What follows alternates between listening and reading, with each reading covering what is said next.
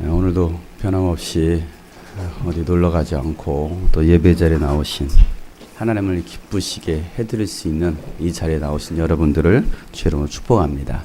또한 영상을 통해서 전국과 또 전 세계에서 또 고향에 내려가신 그래서 예배를 통해서 하나님께 기쁨이 되기를 원하는 모든 분들에게도 하나님의 은혜가 넘치기를 축복합니다. 지금은 우리나라 설 명절 기간이죠. 내일은 특별히 대한민국 최대 명절 중 하나인 구정 설날이에요. 설날 하면 떠오르는 게 뭐예요? 까치 설날은 어저께고요.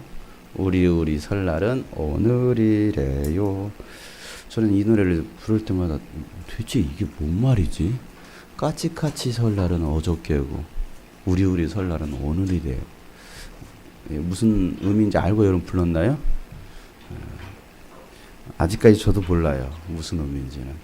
그런데 이 설날 하면 떠오르는 거 항상 이 노래가 제일 먼저 떠오르는 것 같아요. 까치 설날. 또 설날 하면 떠오르는 거 뭐가 있어요? 떡국, 한복, 교통체증. 또 설날 하면 떠오르는 게 뭐가 있어요? 세뱃돈. 아까도 예배 들어오자마자 야 빨리 목사님 세배 그러더니만 그러더니만 맞아 새해 복 많이 받으세요. 그럼 돈 손 벌리고 있어. 돈 주세요. 참 잘못된 거죠. 어디서 그런 잘못된 것을 배워가지고 세뱃돈 주고 싶은 사람이 주면 주는 것이고 그런 것이지 세뱃돈 달래 세배했다고 이런 참 있을 수 없는 일들이 우리나라에서 일어나고 있어요. 그건 잘못된 교육이죠.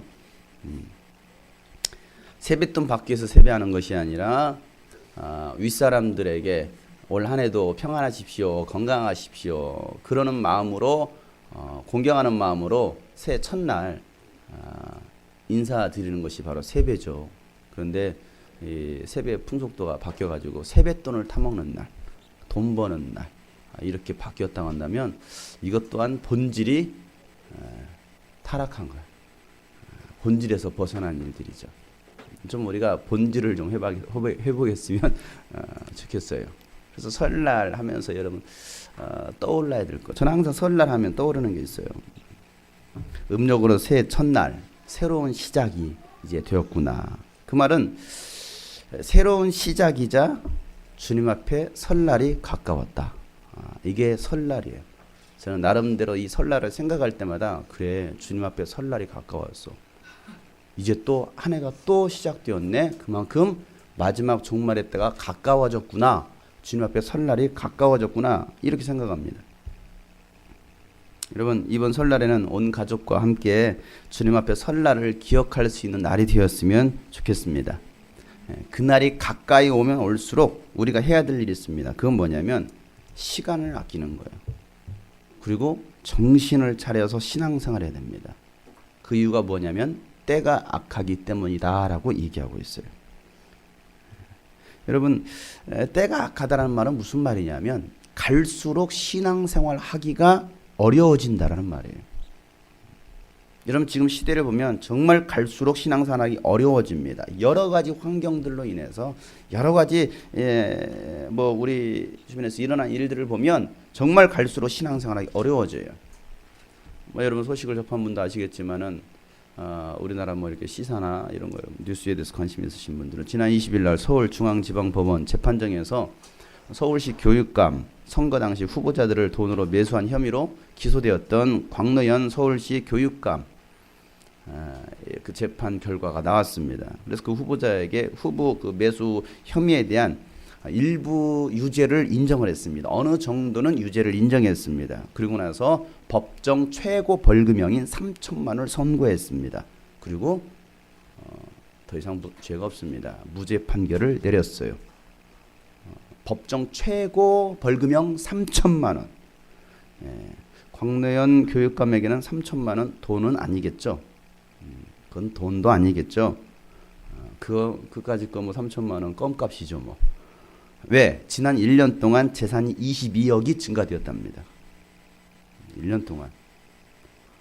그 교육감 선거하기 전에 분명히 마이너스가 몇십억이라고 했는데 교육감이 딱 당선되고 나서 22억이 증가되었대요. 그러니 여러분 벌금 3천만 원 내는 거 아무것도 아니죠. 그까지 거 3천만 원 내고 다시 직무에 복귀하면 되는 거예요. 그리고 바로 복귀했습니다. 직무에 복귀하자마자 그가 했던 일이 있습니다. 그게 뭐냐면 제1순위로 처리했던 것이 학생인권 조례안 제의 요청을 처리했습니다. 제의 요청이라는 것은 안 된다. 이건 일부 사람들이 통과시켰어요. 통과시켰는데 구속되면서 이제 시키는 부교육감이 안 됩니다. 이거 통과시키면 안 됩니다. 그래서 제의를 딱 걸어놨어요. 그런데 이제 교육감이 다시 올라오니까 그 제의 요구를 갖다가 철회를 시켰습니다. 대다수의 국민들이 반대하는데 교육감의 권한으로 통과시킵니다. 그리고 사인을 했습니다. 이제 올해 3월부터 이제 그 서울시 초중고등학교 학교에서는요, 이 학생인권 조례안에 의해서 교육하게 되어 있습니다. 이 문제가 그렇게 시행이 됩니다. 그러면 그 내용이 뭐냐 이거죠. 첫 번째, 여러 가지가 있습니다. 그 첫 번째가 뭐냐면 차별받지 않을 권리. 학생들에게는 차별받지 않을 권리가 있다. 그래서 어떤 차별을 하면 안 되느냐? 학생은 임신, 출산할 수 있다. 초등학생이어도 임신해도 뭐라고 하지 마라.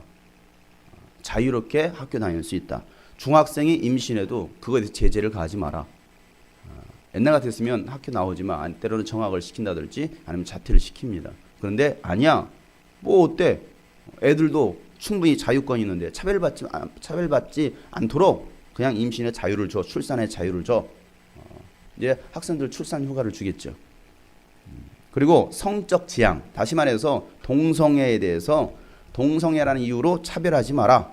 그들도 차별받지 않을 권리가 있다라는 것을 통과시켰습니다. 가장 이슈가 되었던 내용들이죠. 동성애자들도 인정하겠다라는 겁니다. 그건 성적 지향성이 조금 다를 뿐이지 인정하라는 거예요. 남자가 남자 사랑하는 거 뭐 어때? 뭐 성전환 수술하는 거 어때?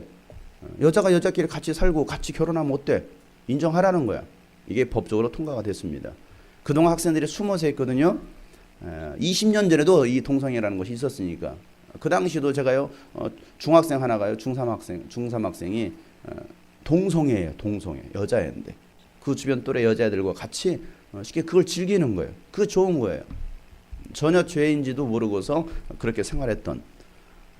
그런데 이제는 이 법안이 통과되면서 동성애는 죄다라고 동성애 있을 수 없다라고 발언하면 그것은 불법이 됩니다. 그래서 교회에서도 창세기 19장에 나왔던 동성애 사건, 소돔과 고모라 땅이 멸망되었던 가장 큰 이유가 성적 타락이었죠. 동성애였습니다. 하나님 가장 싫어하는 것 동성애입니다. 왜 그럴까요? 하나님은요, 동성애가 아니고 남성과 여성을 만들었어요. 분명한 것은 남자를 만드시고 여자를 만들었지, 하나님이 실수로 겉모습은 남자인데 여자로 만들었다, 겉모습은 여자인데 남자를 만들었다. 하나님은 그렇게 만들지 않았어요. 하나님은 실수하지 않는 분이셔요. 그런데도 불구하고 법적으로 세상 이론은 그렇게 말하고 있습니다. 동성애도 인정하라는 거죠. 그래서 이제 학교 안에서 남자가 사랑할 수 있어요. 그리고 결혼도 할 수 있어요. 때로는 성전환 수술해서 임신도 할 수 있어요. 참 별의별 일들이 일어나죠. 그게 차별받지 않을 권리랍니다. 두 번째, 체벌 전면 금지. 학생은 체벌이나 따돌림 등 모든 물리적 및 언어 폭력으로부터 자유로울 권리가 있다. 그래서 교사들은 언어 폭력을 할 수 없습니다. 욕할 수 없습니다. 때릴 수 없습니다. 단 학생들은 선생님한테 욕할 수 있어요. 학생은 선생님 때릴 수 있습니다. 그런데 선생님은 전혀 할 수 없습니다. 교육 자체가 무너졌죠. 참 개판이 돼가고 있습니다. 그러니 학생의 어떤 학교의 어떤 교권부터 선생님의 교권도 다 사라졌습니다. 뭐 여러분 동영상을 통해서 많이 뉴스를 통해서 봤을 겁니다. 학생들이 막 선생님한테 욕하는 거, 막 때리는 거, 막 미친년아, 선생님한테 그렇게 말을 해요. 미친년아, 너나 잘해라. 이런 식으로 얘기합니다. 그러나 법적으로 그걸 통과시키겠다라는 거예요. 전면 체벌 금지. 갈수록 태산이죠. 세 번째입니다. 두발 및 복장 자유화.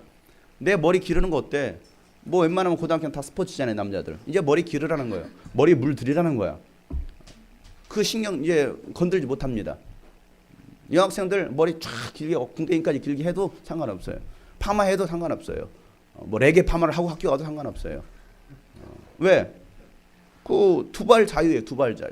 복장 자유입니다. 학생은 복장, 두발 등 개성을 실현할 권리를 가진다. 개성이죠. 그러니까 이쪽을 싹 밀고 가도 상관없어요. 이제는 한쪽은 이렇게 내리고 여기는 빨간색, 노란색, 무지개색 가로 다 하고 가도 그걸 제재를 할 수가 없습니다. 단 복장은 학교 규칙으로 제한할 수 있다. 그러니까 교복은 입힐 수도 있고 학교에서 교복을 입히겠다면 교복 입는 것이죠.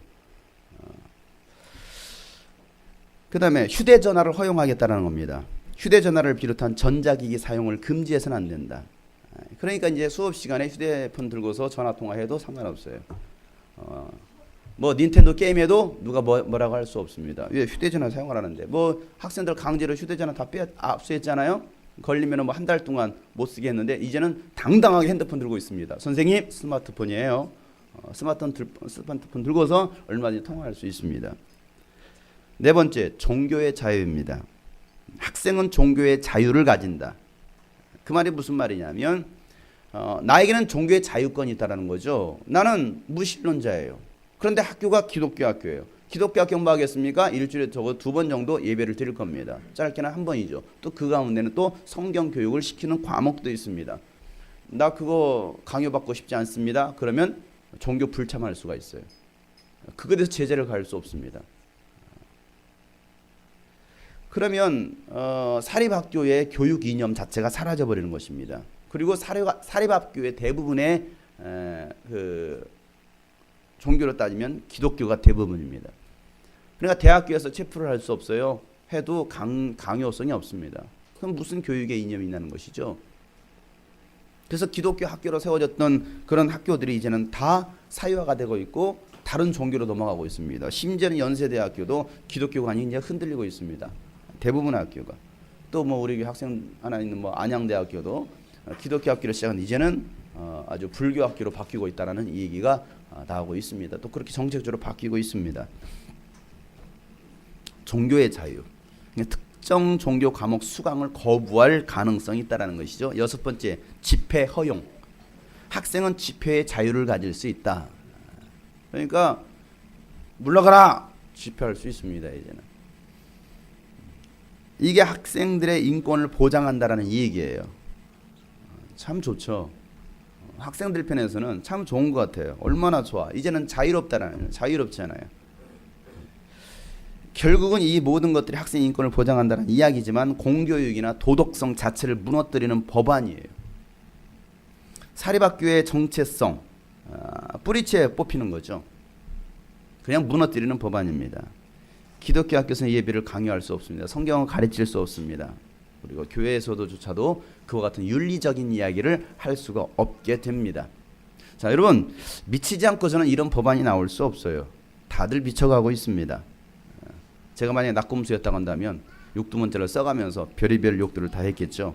그러나 차마 그럴 수는 없겠고, 그러나 이런 말 하고 싶어요. 법안대로 이제 통과되었으니까 법안대로 곽교육감 손녀가 임신해서 학교를 다니고 손자가 동성애를 해도 인정하겠느냐는 거예요. 자기 가족들 가운데 그런 일이 일어난다고 하면 과연 인정하겠느냐. 법안에 찬성했던 모든 사람들의 이런 축복이 말이니 집안 대대로 동성애에 있을 것이며 초등학생들에게 임신해 출산할 수 있는 출산 장려의 문화가 그대로 될지어다. 자, 그러면 축복입니까 이게? 그런데도 그렇게 찬성하고 밀고 가고 있더라는 거예요. 자, 여러분 이건 이 세상을 지금 봐야 됩니다. 세상이 왜 이렇게 흘러가고 있는가? 세상이 갈수록 악해지는가를 봐야 돼요. 마지막 때 일어날 현상에 대해서 바울은 디모데 후서에서 이렇게 말합니다. 3장 1절부터 5절 말씀에 그대는 이것을 알아두십시오. 말세에 어려운 때가 올 것입니다. 사람들은 어떻게 해요? 자기를 사랑하며 돈을 사랑하며 뽐내며 교만하며 하나님을 모독하며 부모에게 순종하지 아니하며 감사할 줄 모르며 불경스러우며 무정하며 원한을 풀지 아니하며 비방하며 절제가 없으며 난폭하며 선을 좋아하지 아니하며 배신하며 무모하며 자만하며 하나님보다 쾌락을 더 사랑하며 겉으로는 경건하게 보이나 경건함의 능력은 부인할 것이다. 그들은 이런 사람들을 멀리하십시오. 이게 마지막 때 일어날 일들에서 바울이 이야기했던 거예요. 근데 그 말씀 그대로 이루어져 가고 있습니다. 물론 예수님께서 마태복음 24장 25장 예언되었던 그 말씀도 그대로 성취가 되고 있어요. 거짓 선지자들이 미혹하는 자들이 많이 나타나서 믿는 사람들을 미혹할 것이다. 그러니까 여러분 신천지가 교회 안으로 들어와요. 들어와도 이길 만한 힘이 교회 안에는 없습니다. 이게 여러분 세상 아니에요. 갈수록 사람들이 난폭해져 가고 있습니다. 아유, 한길이도 얼마나 난폭한지 몰라요. 왜 난폭할까요? 게임의 영향이죠. 손에서 앵그리버드, 스마트폰에서 게임 뺏는 순간 막 때를 쓰고 막 소리를 지르고 난리를 칩니다. 게임 중독이죠. 그 정도면 게임 중독이에요. 아주 심각한 거예요. 여러분들도 뭔가 하지 않으면 이거 불안하다. 스마트폰 만지지 않으면 뭔가 불안하다. 내가 컴퓨터 하지 않으면 뭔가 불안하다. 심각한 병이죠. 쾌락 사랑하기를 하나님보다 더 사랑한다라고 성경이 얘기하고 있습니다. 불법이 성한다라고 얘기하고 있습니다. 모든 것들이 다 불법이에요. 불법. 불법 성형, 불법 낙태, 불법 다운, 불법 유턴, 불법 복제, 불법 많잖아요. 성경에서는 뭐라고 하는가? 불법을 행하는 자들아 내게서 떠나가라. 나는 너희를 도무지 알지 못하겠노라. 오늘날 시대가 갈수록 불법화가 되고 있습니다. 불법. 절은 불법을 행하는 곳이죠. 불법. 이해를 못하십니까? 오늘날 시대가 갈수록 날이 가면 갈수록 그렇게 악해져가고 타락해져가는 이유가 무엇이냐? 정치, 경제, 교육, 세계 정세, 자연이나 종교를 봐도 이제는 끝까지 왔다라는 거예요. 믿음의 사람은 영적으로 자신을 지킬 수 있어야 됩니다. 시대를 분별하고 미혹되어서는 안 된다라는 거예요. 저는 정치를 별로 안 좋아해요. 정치에 대해서 사실은 별로 관심 없습니다.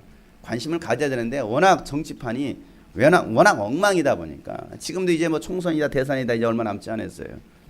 벌써 지금 아주 뭐 TV에서는 계속 그게 이슈가 되고 있습니다. 총선을 앞두고서. 이번에도 뭐 이런 어디서 그런 얘기들 하더라고요.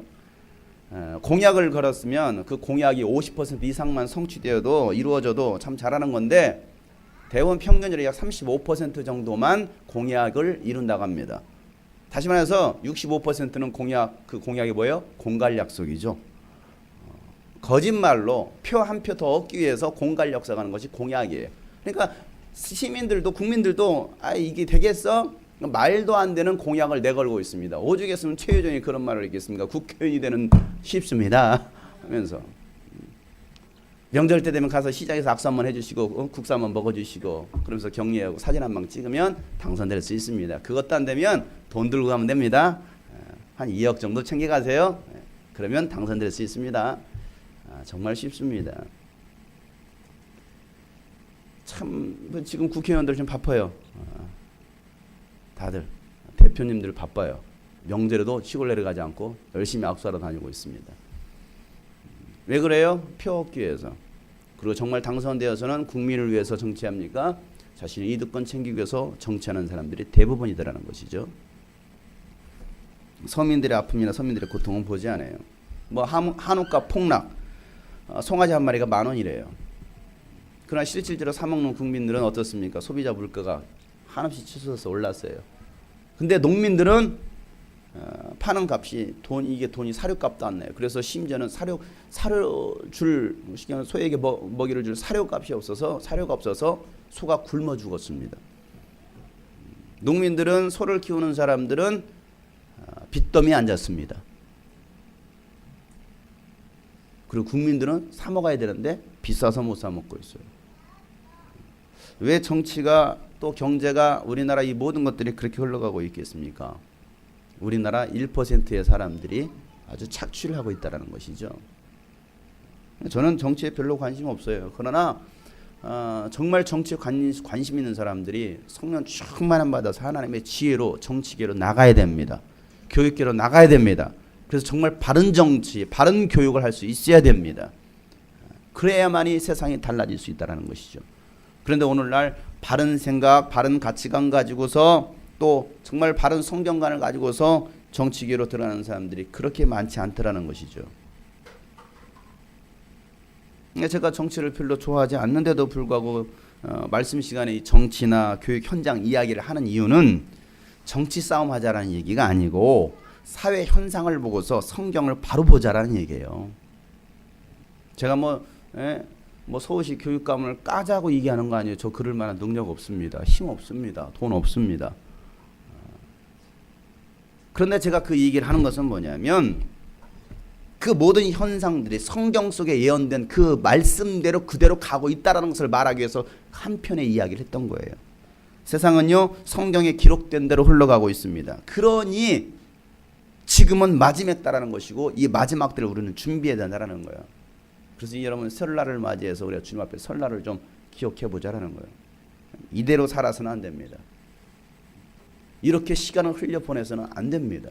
이렇게 우리가 신앙생활에서는 안 된다는 사실이에요. 더욱더 은혜를 사모해야 됩니다. 말씀 중심으로, 예수님 중심으로, 기도 중심으로, 교회 중심의 사람이 돼야 됩니다. 히브리서 10장 25절 말씀에 어떤 사람들이 습관처럼 우리는 모이기를 그만하지 말고 서로 격려하여 그날이 가까이 오면 볼수록 더욱 힘써 모이십시다 라고 말하고 있습니다. 마지막 때가 되면 야 그만 모여 야 무슨 놈의 교회가 이렇게 모임이 많어, 야 뭐 맨날 교회 가서 하냐, 뭔 놈의 교회가 이렇게 모임이 많아. 그래서 갈수록 교회가 모임이 사라집니다. 예배 안 와요. 기도 모임 안 와요. 지난주도 우리가 특별 새벽기도 합시다. 많이 왔대. 기적이 일어났어요. 새벽에 그렇게 많이 오는 길은 참 예수님 오시고 난 다음에 처음인 것 같아. 진짜 많이 오셨더라고요. 새벽에 깜짝 놀랐어요. 그리고 저녁에마다 청년들 기도해라, 중고등부 기도해라 다 지시를 했습니다. 근데 그렇게 안 와요.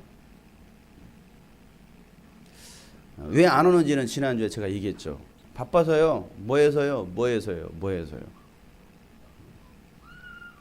마지막 때가 되면 모임 자체가 사라져요. 예배가 사라지고 있어요. 우리도 예배가 사라졌잖아요. 주일 오후 예배 사라졌잖아요.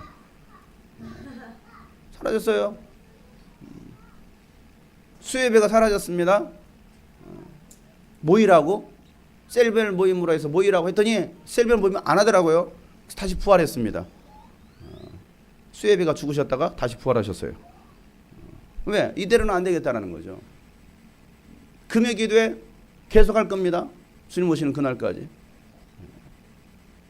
모든 예배 계속 진행이 될 겁니다. 왜? 갈수록 모여야 되는데 모이지 않기 때문에 그래요. 주일 낮 예배는요 몇만 명이 모입니다. 그런데요 수예배 금요 기도회는요 몇천 명도 안 모입니다.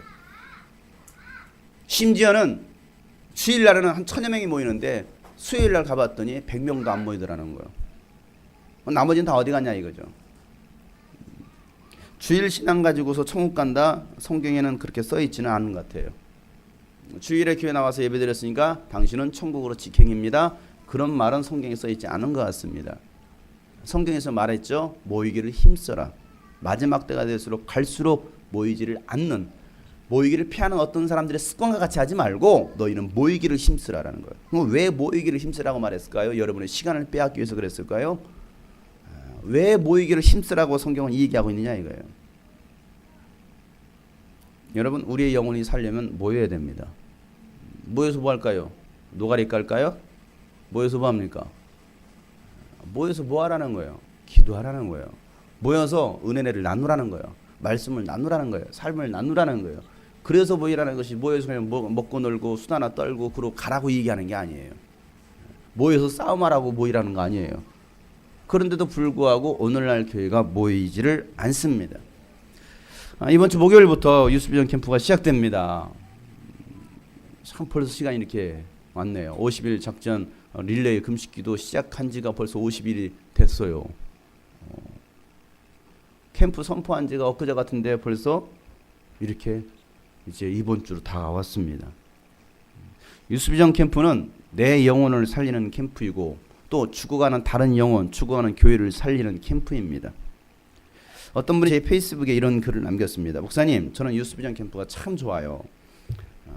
왜냐면요, 유스비전 캠프는 오직 예배, 말씀, 기도밖에 없잖아요. 예수님 중심이잖아요. 그런 유스비전에 있어서 저는 너무나 행복합니다. 유스비전을 위해서 기도하겠습니다. 중보하겠습니다. 저는 이번에 참여하지 못하지만 유스비전을 위해서 기도하고 있습니다. 우리 교회 성도가 아닌데도 불구하고 유스비전 캠프에 참여했던 분들이 그렇게 사모하고 기도하고 있다는 것이죠. 왜 그럴까요? 그곳에서는 오직 살아계신 하나님만이 선포되니까 그래요. 다른 이유 없습니다. 재밌어서 오는 거 아니에요. 물론 말씀이 재밌을 수도 있겠죠. 그러나 그 재미를 누리려고 캠프 오는 것은 아니잖아요. 이번에도 전국에서 많은 교회들이 등록했습니다. 600명 선착순 등록을 했는데 이미 마감이 됐어요. 600명이 넘어가 버렸습니다. 그럼 이건 우리 힘으로 할 수 있는 것이 아니죠. 하나님만이 할 수 있는 것이, 하나님께서 영혼들을 붙여주셨고 수많은 교회들을 붙여주셨습니다. 경상남도부터 시작해서 경상남도, 전라남도, 강원도 할 것 없이 전국에서 몰려들고 있습니다. 무엇이길래, 유스비전 캠프가 무엇이길래 2006년도부터 지금까지 참여했던 교회도 있습니다. 2006년도부터 2012년도까지 7년 동안 참석해요. 7년이라는 세월이 흘렀는데도 계속해서 오는 데는 분명한 이유가 있다는 거죠. 왜 올까? 나는 그게 참 왜 올까? 이 사람들은 진짜 왜 올까? 다른 데 안 가고 왜 여길 7년 동안 오냐는 거예요. 중고등학생 때 참석했다가 이제는 교사가 되어서 그 학생들을, 중고등학생들을 유스비전 캠프에 데리고 오는 선생님이 있어요. 자기가 중고등학교 때 너무나 유스비전 캠프에서 은혜를 받았고 하나님을 만났기 때문에, 예수님 만났기 때문에 이제 내가 교사가 되어서 이 아이들을 이 캠프에 데리고 오고 싶다라는, 그래서 선생님이 되어서 오는 교회도 많이 있습니다. 단순히 노는 캠프가 아니라 영혼을 살리고 살아계신 하나님을 만날 수 있다는 확신이 있으니까 오는 거 아니겠어요? 그렇다고 하나님 보세요. 7년에 걸쳐서 때로는 5년 동안, 때로는 3년 동안, 아니 5년 동안 여름 겨울 몇 번이에요 이게 도대체? 10번 이상 참여한 교회도 있어요. 그러면 계속 여기만 온다고 한다면 이 캠프를 준비하는 우리, 또 여러분들은 어떤 자세로 이 캠프를 준비하고 섬기고 있느냐가 중요하다는 것이죠. 과연 우리는 정말 그들이 기도하고 사모하는 만큼 우리가 그런 열정을 가지고서 영혼을 사랑하고 교회를 사랑하는 마음 가지고서 준비하고 있느냐 이거예요. 그런 마음으로 섬기고 있느냐 이거예요. 뭘 하나 하더라도. 또 나는 그런 자세로 은혜를 사모하고 은혜를 받기 위해서 가고 있느냐 이거예요. 아니면 매번 하는 거니까 어머 또 돌아왔네. 야 이번에는 신나겠다. 또 뭘 할까? 여러분 어떤 목적을 가지고서 여러분 참여하고 계십니까? 유스비전 캠프는 예수님이 주인 되시고 성령님이 역사하시고 하나님이 영광 받으시는 캠프이기 때문에 마귀와 귀신의 역사도 굉장히 심합니다. 어떻게 해서든지 은혜 받지 못하도록 교인들을 이간합니다. 또 캠프에 참석하지 못하게 만들어요. 그런 상황들을 만들어갑니다. 또 그런 상황을 당연하게 믿게 만들어요. 마치 선악과를 먹어도 안 죽는다고 말했던 것처럼, 그것이 더 좋아 보이는 것처럼 마귀는요 그런 믿음을 넣어줘 버립니다. 교묘하게 우리를 속이고 있어요. 때로는 안 가는 게 아니고 못 가는 거예요 라는 그런 그럴듯한, 아니 교회들도 보면 다른 교회들도 보면 그래요. 우리 교회만 그런 것이 아니라 다른 교회도 똑같습니다. 똑같아요. 20명 등록했다가 왔더니 10명 온 거야. 왜 10명 오셨습니까? 10명 회비가 반납이 안 되는데요. 환불이 안 되는데요. 왜 10명밖에 못 오셨어요? 그렇게 오려고 했는데요. 분명히 어제까지 온다고 했더니 오늘 당일날 핸드폰이 꺼져 있다라는 거야. 전화를 안 받는데 핸드폰이 꺼져 있대. 그 말은 무슨 말이에요? 꺼져 이거죠. 꺼져 있는 거야. 그런 연락이 안 되니 어떻게 애들을 데려올 수 있겠느냐는 거예요. 그래서 선생님은 정말 아주 애걸복걸이야. 어떻게든 이 애를 갖다가 데리고 와서 은혜 받게 하고 싶은데 오지 않는 거야. 그러니까 다른 교회 똑같은 상황입니다. 우리 교회만이 그런 게 아니에요. 우리 교회도 뭐 전 교인 참석합니까? 100% 참석합니까? 아니에요. 우리 교회도 한 80% 정도밖에 참석을 안 해요. 나머지 20%는 어떻게 되느냐 이거예요. 여러 가지 이유가 있어요. 여러분이 죽을 병에 걸렸다. 내가 교통사고를 당했다. 여러분 어떻게 하시겠습니까? 죽을 몸이라도 끌고 병원에 가지 않겠어요? 아니면 119라도 전화해가지고 여러분 나 좀 쉬러 가라고 하지 않겠습니까? 왜 가요? 예, 이유는 그거예요. 살기 위해서. 못 간다라는 것은 변명이죠. 핑계죠.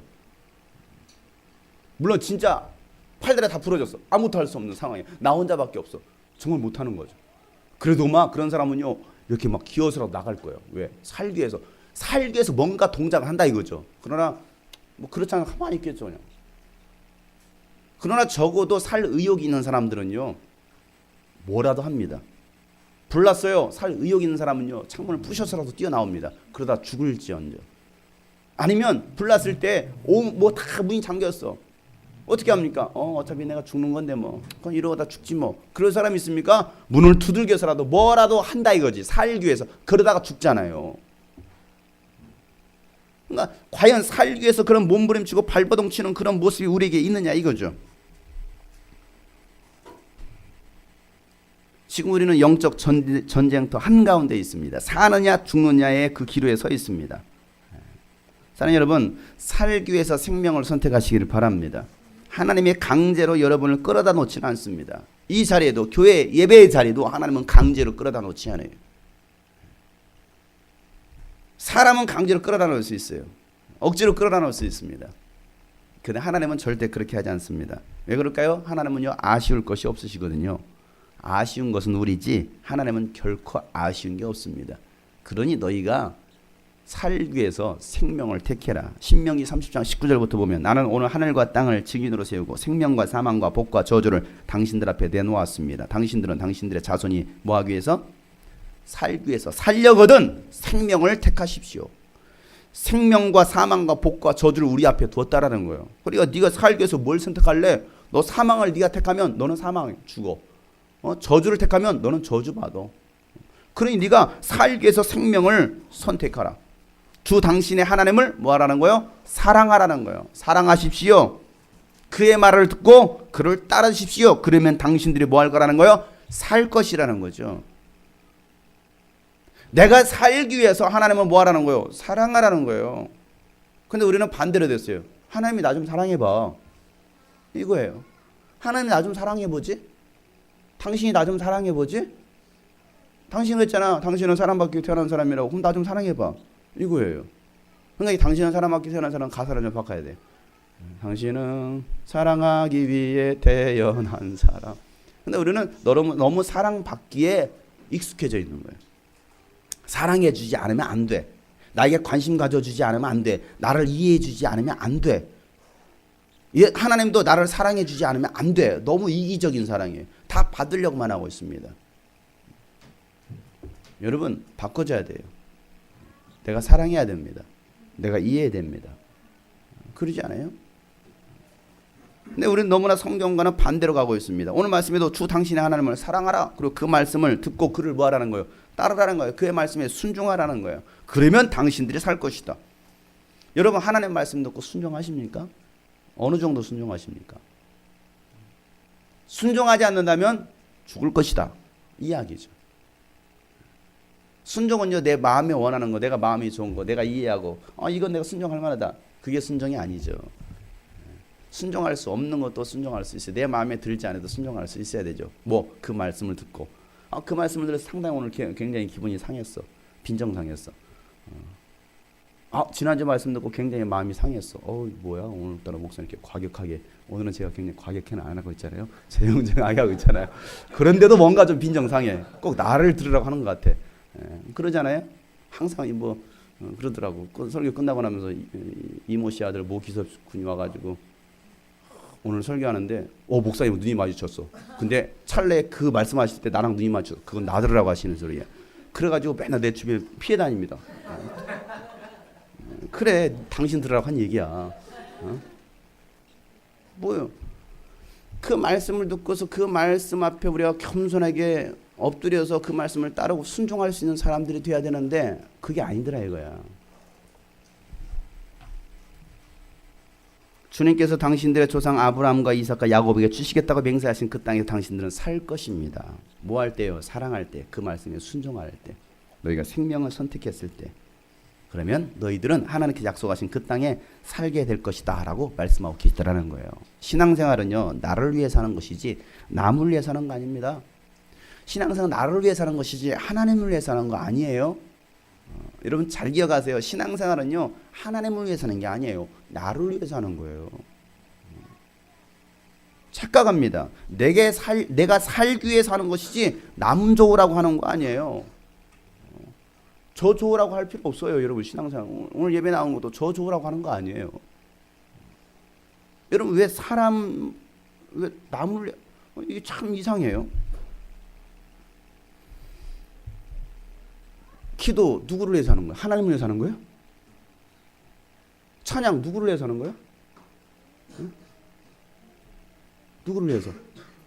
하나님을 높이기 위해서 하는 것이잖아요. 맞는 말 같아요. 틀린 말은 아닙니다. 그 찬양을 통해서 결국은 나를 위한 거예요. 헌금 누구를 위해서 합니까? 하나님 뭐 돈독 그러셨나요? 물도 없네 여기는. 하나님 돈독 올라가지고 야 헌금해라 너 11조 안 했냐 이러면 저주 받으라 이 새끼야. 머리부터 다 빠질지어다. 하나님은 그러실까요? 11조 안 해가지고? 그러니까 머리숱 더 늘어나려고 뭐 11조 더 많이 할까요? 그거 아니거든요. 성경에서 분명히 말했어요. 너를 위해서 11조 하라 그랬어요. 너를 위해서 하늘의 보물을 쌓아두라고 했지 나를 하나님을 위해서 하는 것이 아니라는 거예요. 근데 우리는 착각하는 거죠. 헌금 하나님을 위해서. 그거 아닙니다. 그거 아니에요. 됐어. 가 빨리. 또 예쁜 자매가 와서 가져가면 몰라도 산도둑 같은 거 와가지고 감사해. 그 마음이 아주 갸륵해요. 얼굴도 갸륵했으면 좋겠어요. 이거 대신 이거 있잖아. 고마워. 넘버원 델몬트 프리미엄.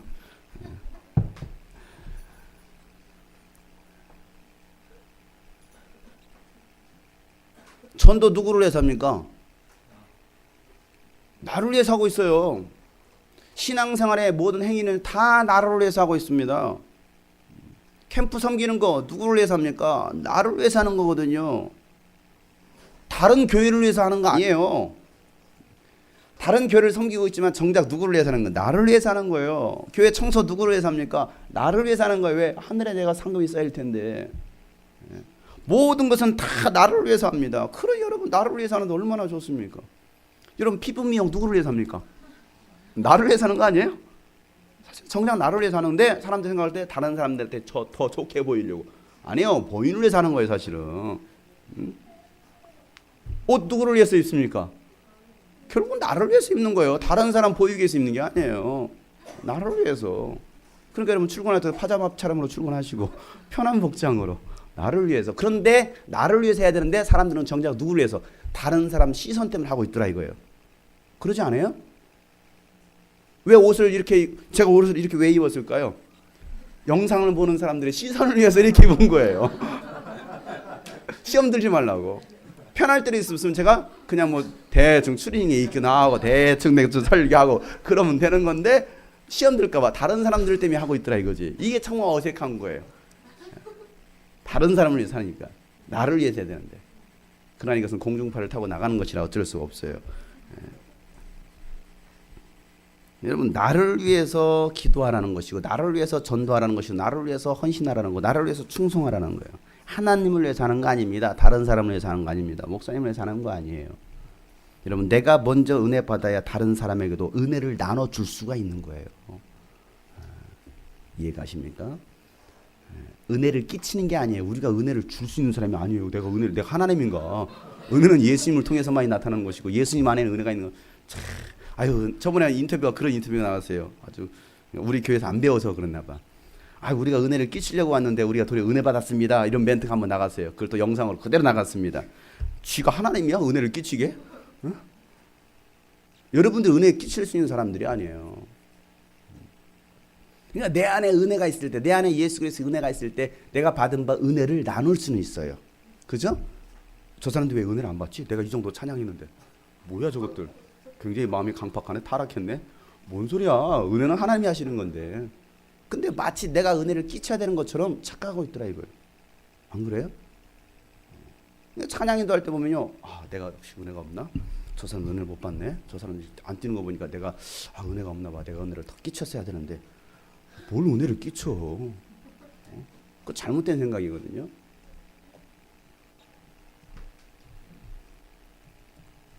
어제 그 충청북도 음성에 가서 집회를 하고 왔어요.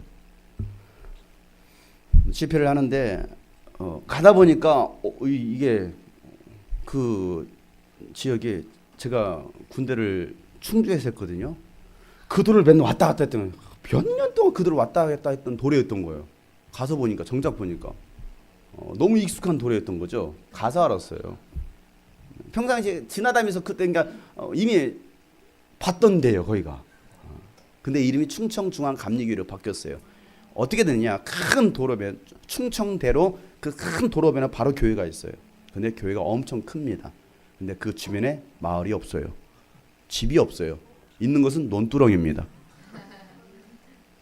그러면 개구리 목회하시는가? 개구리를 놓고 설교하실까? 왜 이 논두렁에 마을도 군대 그 집도 군데군데에서 음성군 안에 있는 것도 아니에요. 음성군은요 한참 가야 돼. 차로 한 20분 정도 가야 됩니다. 음성군에서도 멀찍이 떨어져 있는 곳이에요. 그러니까 집이라고 해봤자 몇 채 없어요. 그런데 교회는 의리의리 큽니다. 가봤더니요 그 이제 목사님 담임 목사님 만나 얘기했는데 교인이 한 250명이 넘는데요. 그곳에 사람도 없는데 250명이 넘어요. 근데 이제 그렇게 하게 된 그 교회가 100년이 된 교회예요. 1906년도에 개척된 교회인데 100년 넘은 교회고 그 목사님 부임해 온 지가 한 10여 년 됐다. 13년이가 되셨대요. 그분이 오셨을 때는 한 50명 됐답니다. 그런데 지금은 한 250명이 넘는데요. 제가 그랬어요. 야, 이렇게 이 지역에 부흥이 되지 않을 수밖에 없는 그런 환경과 조건을 가지고 있는데 이렇게 교회가 크고 전교인 사진 찍은 거 보니까 엄청나게 많더라고요. 야, 이건 기적이다. 진짜 기적이구나. 왜? 모이는 것 자체가 기적이기 때문에. 그럼 분명한 것은 모이는 데는 이유가 있다는 거지. 근데 그 이유가 뭐였냐면 그 목사님이었어요. 정말 열정이 있었어요. 전대된 열정. 왜? 일단 없으니까. 주변에 사람이 없으니까. 그래가지고 계속 돌아다니는 거예요. 막 다 돌아다니는. 그래가지고 그 교회는 청주와 충주 사이에 있는 가장 정가운데에 있는 교회예요. 원래 교회 이름도 충청중앙이 아니었습니다. 그 마을의 이름이었습니다. 마을의 이름이었는데 전도하다 보니까 이제는 어디서 오느냐면 충주와 청주에서 오는 거예요. 교회 성도들이. 우리 교회랑 약간 비슷한 교회 같아요. 충주와 청주와 증평과 음성과 이렇게 다 먼 지역에서들 오는 거예요.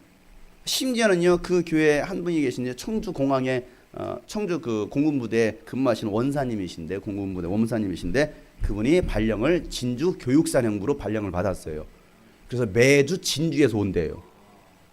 우리 교회보다 더 대단하죠. 매주 진주에서 그 음성까지 매주 토요일마다 오신다라는 거예요. 주일 예배를 위해서 섬기기 위해서. 대단하지 않아요? 물론 가족들하고는 따로 떨어지네. 가족들 보기 위해서 온다라고는 전 생각하지 않아요. 그리고 충주, 청주에서 다들 몰려오고 있어요. 그래서 이름을 바꿨대요. 왜? 충주와 청주 가장 중앙에 있대요. 그래서 충청도 중앙이다. 여기는 충청도의 중앙이가 충청중앙으로 바꿨대요. 전 지역 그 충청도에 있는 영혼들을 다 품기 위해서. 그 말씀을 하시더라고. 그러나서 애들은 그 교회 애들은 뭐 많아야 한 3,40명 되는데 3,40명도 많죠 거기도. 그러니까 애들 보니까 다 거기 뭐 청주에서 오고 음성에서 오고 그 마을 애들은 별로 마을 자체가 이건 뭐 논두렁이니까. 그런데도 그렇게 많은 아이들이 와요. 그래서 집회를 준비하는데 담임 목사님이 집회를 하는데 아이가 안 모입니다. 목사님 그 담당 목사님한테 교육 목사님한테 그 교육 목사님도 우리 캠프 충청중앙교 2번 왔거든요. 지난 여름하고 겨울에 왔던 교회인데 가서 알았어요. 그 목사님 어떤 분인지를. 그 목사님 어떤 분이냐면 신학대학원 교수님이십니다. 협성대학교 신학대학원 교수님이세요. 교수님이신데 그 목사님을 보고서 도전받고 감동받아서 협력 쉽게 말하면 교육 목사로 오셔서 어린이 중고등부 청년부를 다 담당하시는 거예요. 토요일날 주일날 오셔가지고. 근데 참 대단한 열정이죠. 그 교수님이 아이들을 데리고 우리 캠프로 오신 거였어요. 오셨는데 겨울 캠프에 은혜를 받은 거죠. 도전을 받은 거죠. 그러고 나서 여름 캠프에 또 오신 거예요. 그리고 오시고 나서 이번 겨울 캠프에 또 오시겠다고 3번째 오시고요. 어제 다시 등록을 냈어요. 그런데 왜 그럼 저를 명절 전날 초청을 했느냐? 전날 와서 말씀을 하는 애들이 은혜 받으면 더 많이 아이들이 가지 않겠느냐 캠프에. 그럴 목적으로 저를 초청한 거였어요. 저는 명절 전날인지도 모르고 승낙을 했던 거였고. 근데 명절 전날인데 그래 명절 전날인데 애들이 모일까요? 그랬더니 여긴 다 애들이요. 갈 데 없어요. 예, 시골이니까 도시 뭐 이게 도시에서 시골로 내려오지 애들은 시골 애들이니까 도시로 안 가잖아요. 그러니까 그냥 여기 애들이 여기 있어요. 그러니까 걱정하지 마세요 그러더라고. 한 50명 모일 겁니다. 우리가 열심히 뿌렸으니까 50명 모일 겁니다 그러더라고. 근데 정작 그 교회 아이들은 반절 정도밖에 참석을 안 했어요. 명절이라고 커피 타줘야 된다고, 손님들 오면 커피 타줘야 된다고. 그래서 애들이 많이 안 왔어요. 그런데 신기한 거는요, 50명 이상이 왔다라는 거. 다른 교회에서 4교회가 왔어요. 한 교회는 충주에서도 왔어요. 충주에서 왔다라는 것은 그 음성에서 충주까지 가는데 저 한 30분 이상 차를 타고 가야 되거든요. 그런데 충주에서도 왔어요. 어떻게 왔냐 물어봤더니 그 목사님이 현수막 2개를 걸었대요. 길거리에다가 교회판에 걸고 음성 시내 안에다가 현수막을 걸었대요. 그 충주에 있는 그 안디옥 교회인가 그 교회 한 분이 지나가다가 현수막을 봤대요. 충청중앙감리교 유스비전 장영 목사 초청 청소년 집회, 그 현수막을 보고서 오신 거예요. 아이들을 데리고 오서. 그리고 지역에 있는 교회에서 또 여러 교회가 온 거예요. 그래 50여 명이 참석했어요. 그것도 기적이죠. 그 담임 목사님이 놀란 거예요. 이렇게 많이 모인 것 자체가. 예전에도 한 번 했었는데 안 모이더라는 거지. 제가 그랬거든요. 청소년 집회에도 안 모이는데 여기는 5교회가 모이네. 이건 기적입니다. 대단하네요. 참 목사님이 참 열정이 있으십니다. 기도한 대로 응답 받았군요. 그런 말씀을 전했어요. 그래서 8시에 집회가 끝났어요. 8시에. 시간 보니까 벌써 8시가 된 거. 5시, 4시 반에 시작해 8시가 끝났어요. 8시에. 찬양이 4시 반부터 시작됐는데 그리고 저는 5시 45분에 제가 마이크를 잡았는데 하여튼 보니까 벌써 8시가 돼가지고 얼른 끝냈어요. 끝났는데 저는 이제 그 담임 목사님이 누군지도 몰랐어요. 끝나고 나서 그 담임 목사님이 와가지고 이제 막 얘기를 하는 거. 목사님. 아유, 놀랬어요. 아유, 정말 이런 집회는 저는 몰랐어요. 그냥 단순히 청소년 집회라고 생각해가지고 그냥 뭐 애들 집회력은이 생각했는데 어른들도 우리도 집회 참석할까요 했는데 아유 애들 집회는 오지 마세요 했는데 본인이 참석해보는 거 이거 잘못했구나. 이거 어른들 참석하라고 할 걸 잘못했다라는 말씀을 하시는 거예요. 그러면서 계속 얘기하시는 거예요. 아유 유스비전이 이런 건지 몰랐습니다. 그분이 또 감리교 감리사래요. 감리사는 어느 정도 되는지 모르겠지만은 우리 지방 회장인지 아니면 뭔지는 모르겠지만은 감리사님이시래요. 감리사면 어느 정도 되나요? 근데 뭐 감리사면 굉장히 좀 어느 정도의 직책이 있으신 분이거든요. 근데 그분이 하시는 소리가 계속해서 제가 은혜를 더 많이 받아요. 아니 실제로요 말씀 잘하는데 애들보다 더 좋아하시더라고. 뒤에 앉으셔가지고 나는 선생님인가 부장 선생님인가 애들보다 더 좋아요. 막 집회 끝나고 찬양하잖아요. 애들 막 뛰면 찬양하잖아요. 이거 아이패드니 무슨 펜인데 얼음 펜인데 이거 들고 막 찍어요. 그걸로 동영상을 그 큰 걸 들고서 찍고 다니는 거야. 이유가 뭐냐면 증거 자료를 남겨야겠대요. 이렇게 놀라운 역사가 일어나는 거. 증거 자료를 확 찍어 막 찍고 웃으시면 찍고 다니는 거야. 그래서 야 저분은 도대체 누구이신가 알고 봤더니 그분이 담임 목사님이었던 거예요. 그래서 집에 끝나고 그걸 다시 돌려보는 거예요. 본인 찍으셨던 거.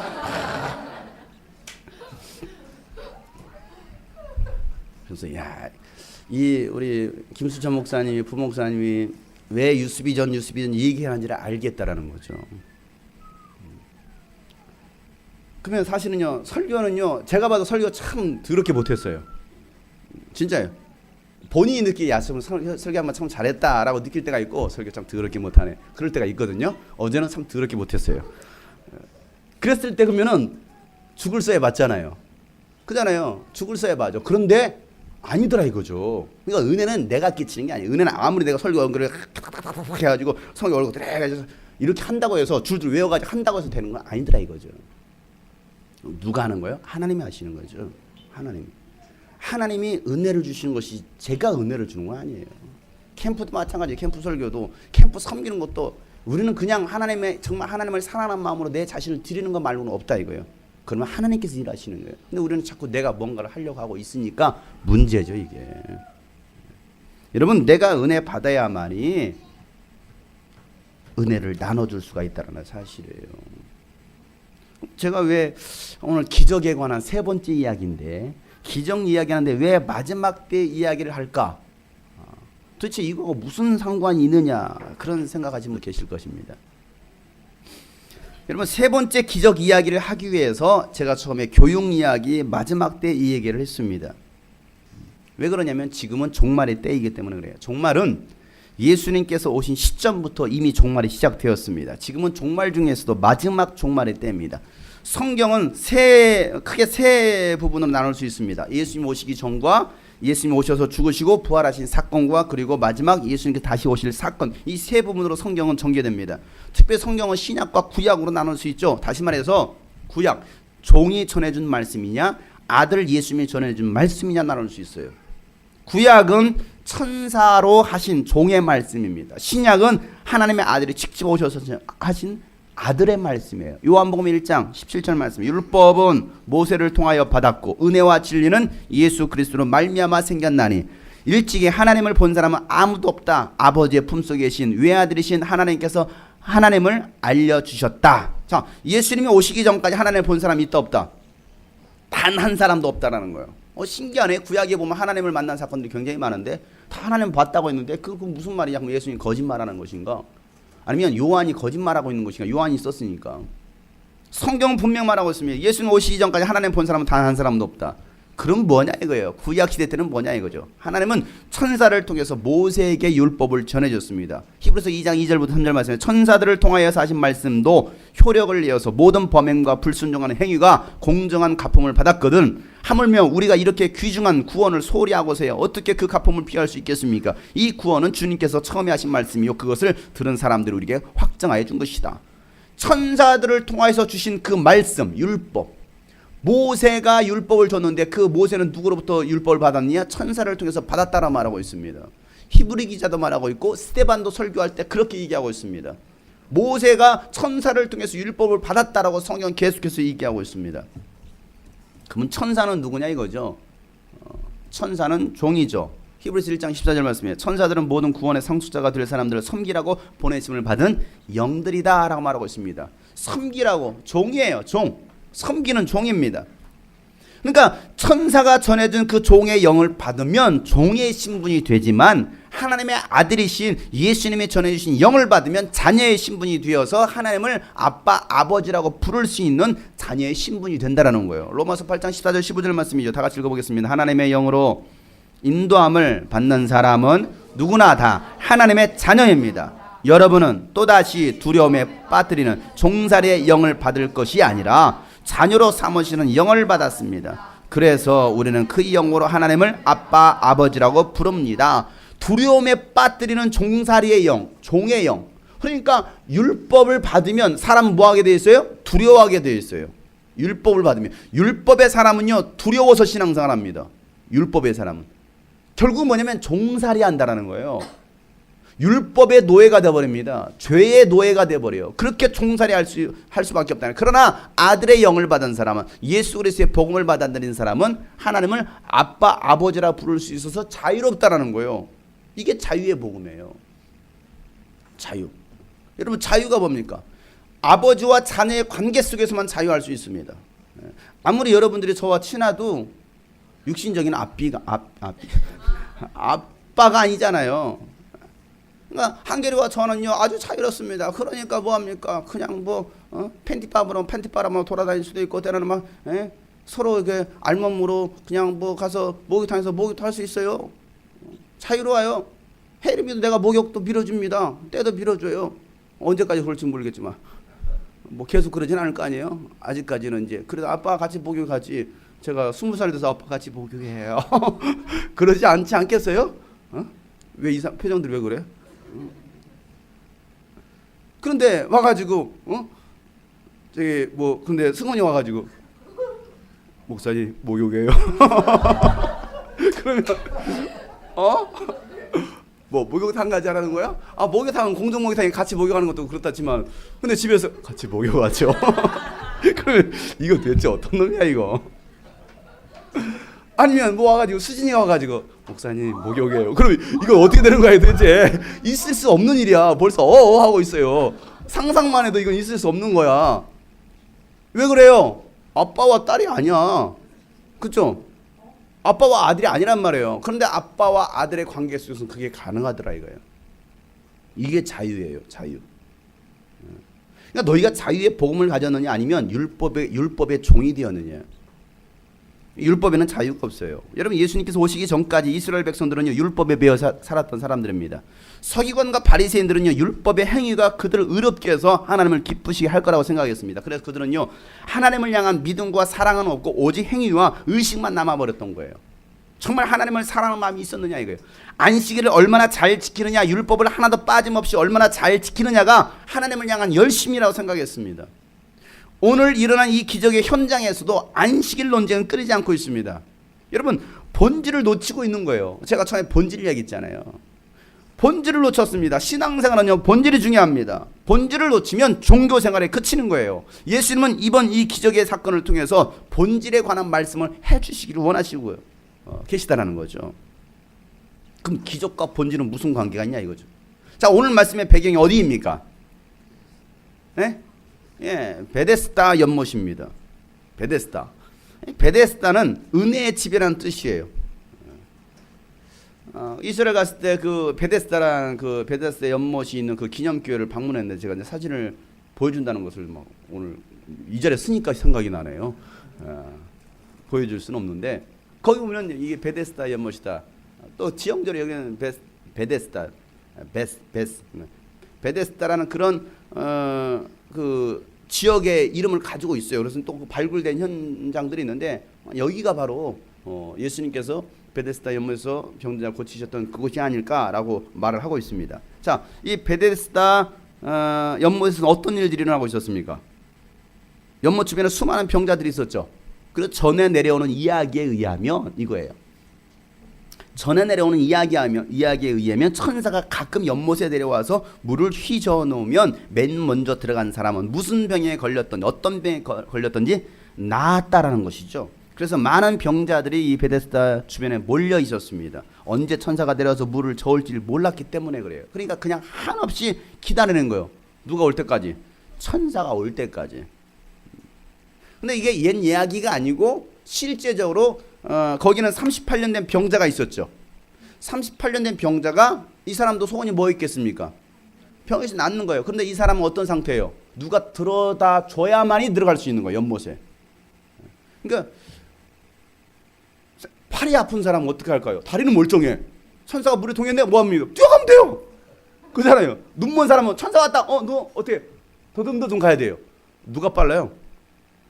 당연히 다리가 멀쩡한 사람이 빠른 거죠. 그 사람이 훨씬 유리한 거예요. 자, 이 사람은 누가 들어다 줘야 되는 거예요. 천사가 왔다. 그래, 야, 들어. 어머, 들어갔네? 내려놔. 이거를 몇 번 했을까, 이걸? 도대체. 참 많이 했겠죠. 몇 번 했는지는 안 써있어, 성경에. 그런데 참 많이 했을 거예요. 그러다 이제는 하다가 지쳐버렸어. 어차피 안 돼. 왜? 어차피 저 사람들이 먼저 가는데 이 사람은 그것만 바라보고 있는 거예요. 나도 들어가려고 했지만 들어가지 못했다. 그 말은 자기 눈앞에서 그런 일이 있었다라는 거거든요. 그죠? 근데 이야기 속으로만 나온 것이 아니라 실제적으로 자기가 38년 동안 이 자리에 누워있으면서 그걸 목격한 거야. 그러니 목격했으니 자기도 이제는 뭐 하는 거야? 체념하는 거지. 안 돼. 나보다 더 빨리 사람들이 들어가. 그러니 나는 이제 나를 들어다 줄 사람도 없어. 그 얘기를 하고 있는 거예요. 자, 38년의 병자 한 사람이 있는 그 예수님께서 그 오랜 세월 동안 병으로 누워있는 것을 그 사람 보시고서 뭐라고 말합니까? 네가 낫고 싶으냐? 이 말씀하시죠. 낫고 싶으냐? 자, 예수님은요 우리 모든 상황을 다 알고 계십니다. 우리가 가지고 있는 문제, 생각, 미래까지도 다 아십니다.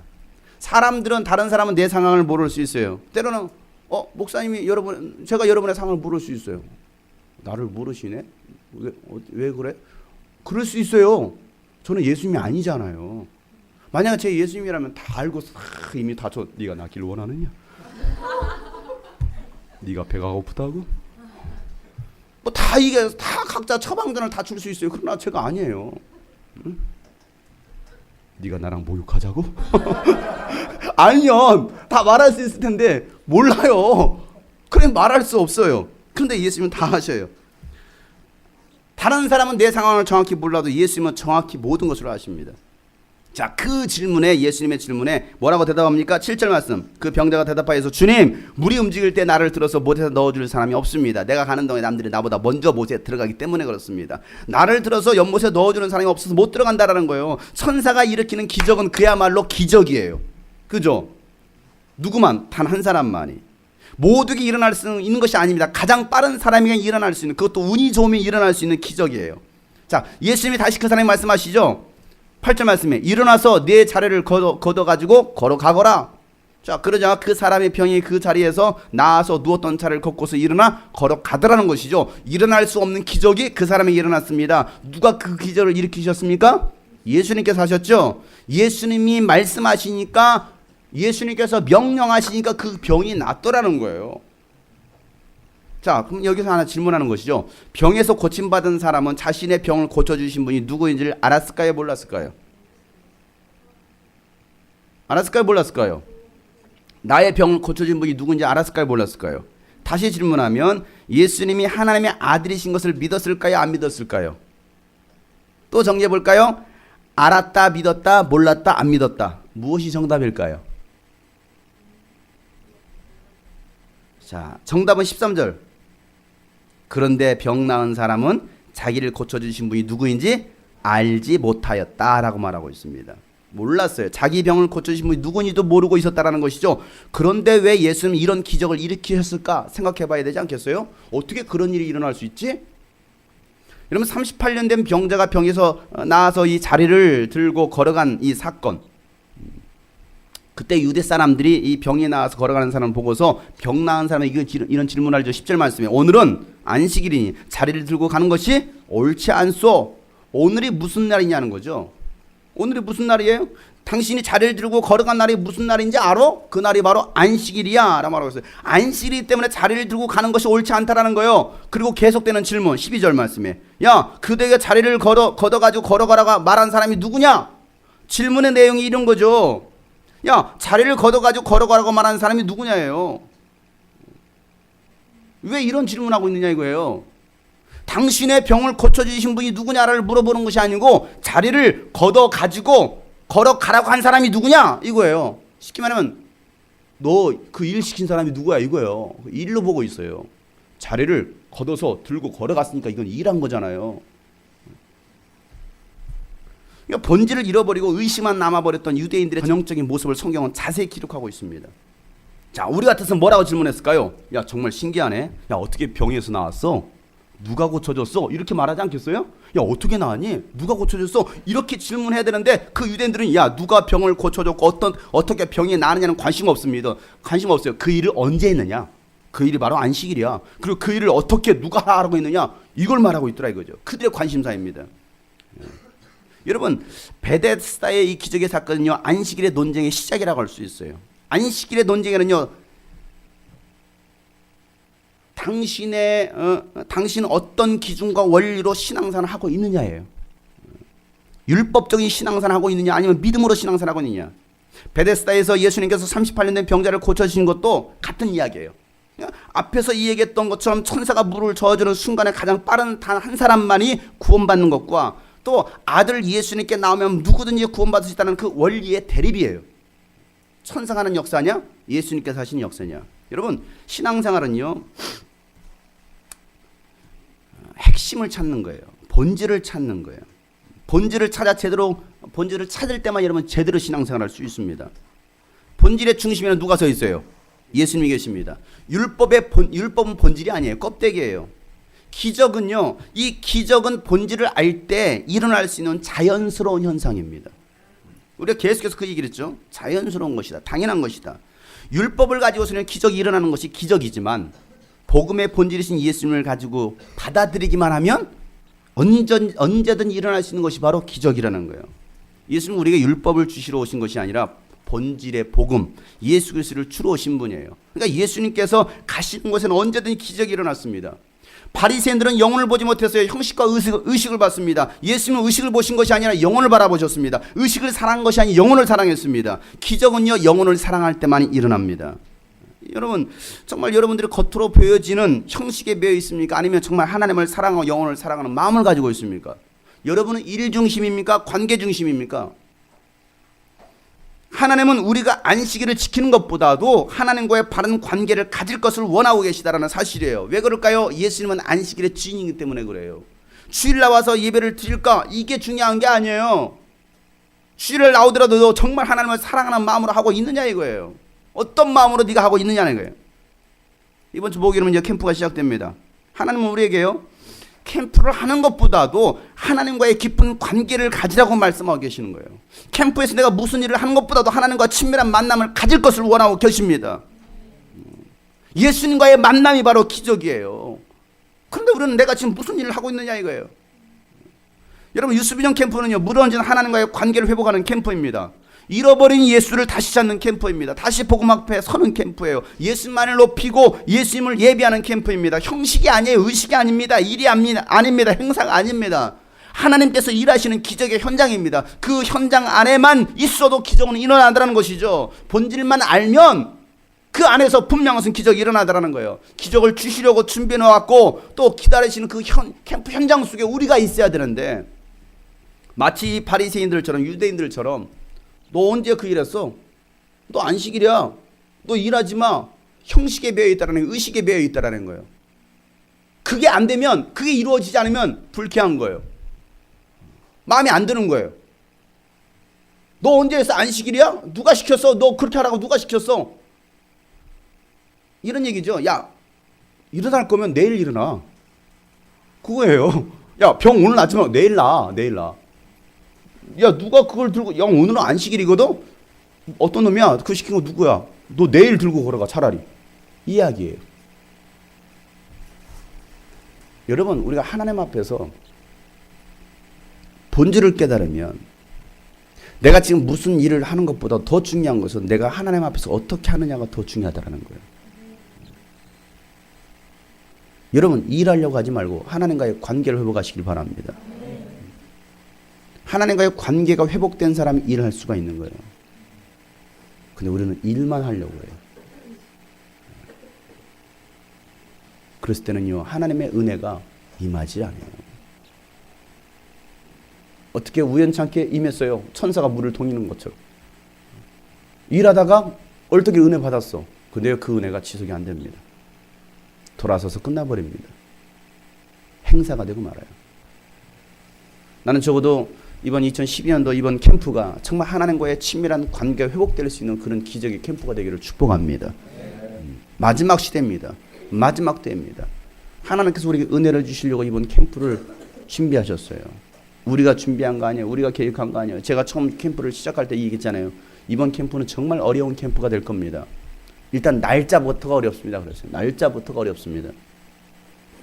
근데 정말 어렵게 됐어요. 등록이 될까 그랬잖아요. 과연 등록이 될까? 근데 신기한 건요, 하나님께서 몰아주시더라고요. 영혼들을 몰아주시더라고요. 하나님이 하시더라고요. 그러면서 굉장히 험난하게 가고 있더라고요. 어렵게. 아주 몇 고비의 산을 넘었는지 몰라요. 앞으로 또 남았어요. 3일이 또 남았습니다. 그 3일 동안 또 무슨 일이 일어날지 모릅니다. 여러분, 그 현장 속에, 기적을 일으키는 현장 속에 여러분이 있기를 바라고, 또 여러분들이 그 기적을 일으키는 주인공 되시기를 바랍니다. 하나님은 여러분을 은혜 주시려고 우리를 불러주시고 계십니다.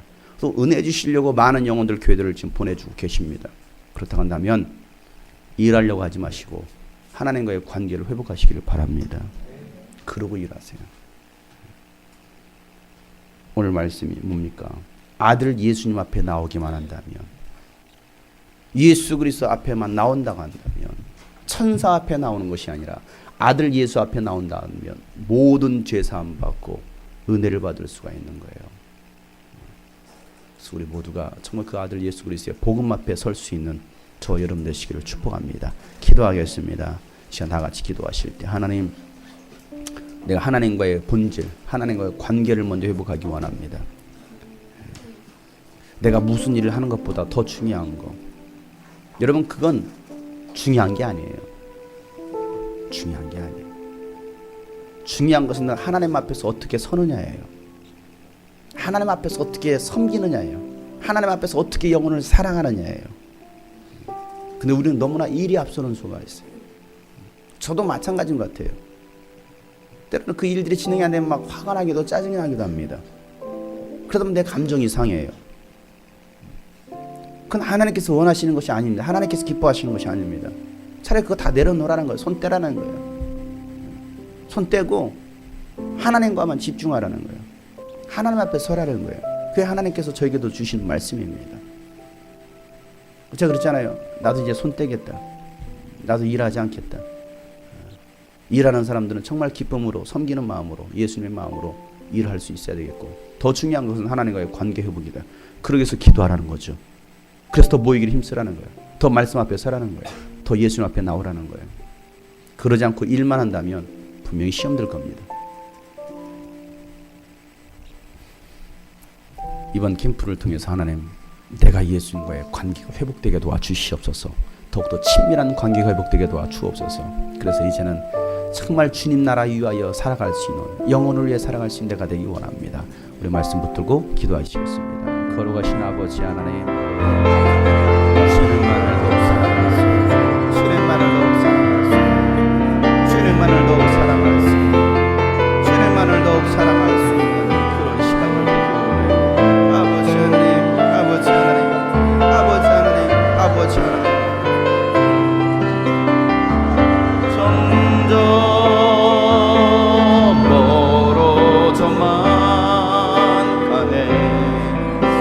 생명 주었던 그 길, 점점 미용하려 하네.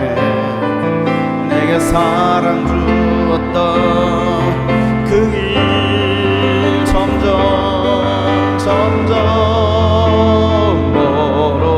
멀어져만 가네. 내게 생명 주었던 그 길, 점점 이용하려 하네. 점점 이용하려 하네. 내게 사랑 주었던, 내게 사랑 주었던 그 길, 다시 복음 앞에, 다시 복음 앞에 내 영혼 손에 주님 만나 그때 나 다시 돌아가 주님께 예배 드리며 다시 십자가, 다시 복음 앞에, 다시 복음 앞에 내 영혼 손에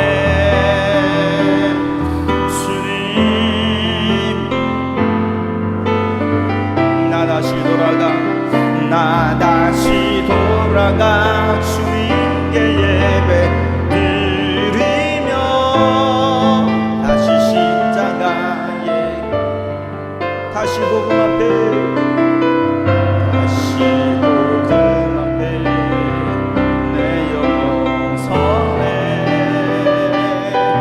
주님 만나 그때 나 다시 돌아가 주님께 예배 드리며 다시 십자가의 길,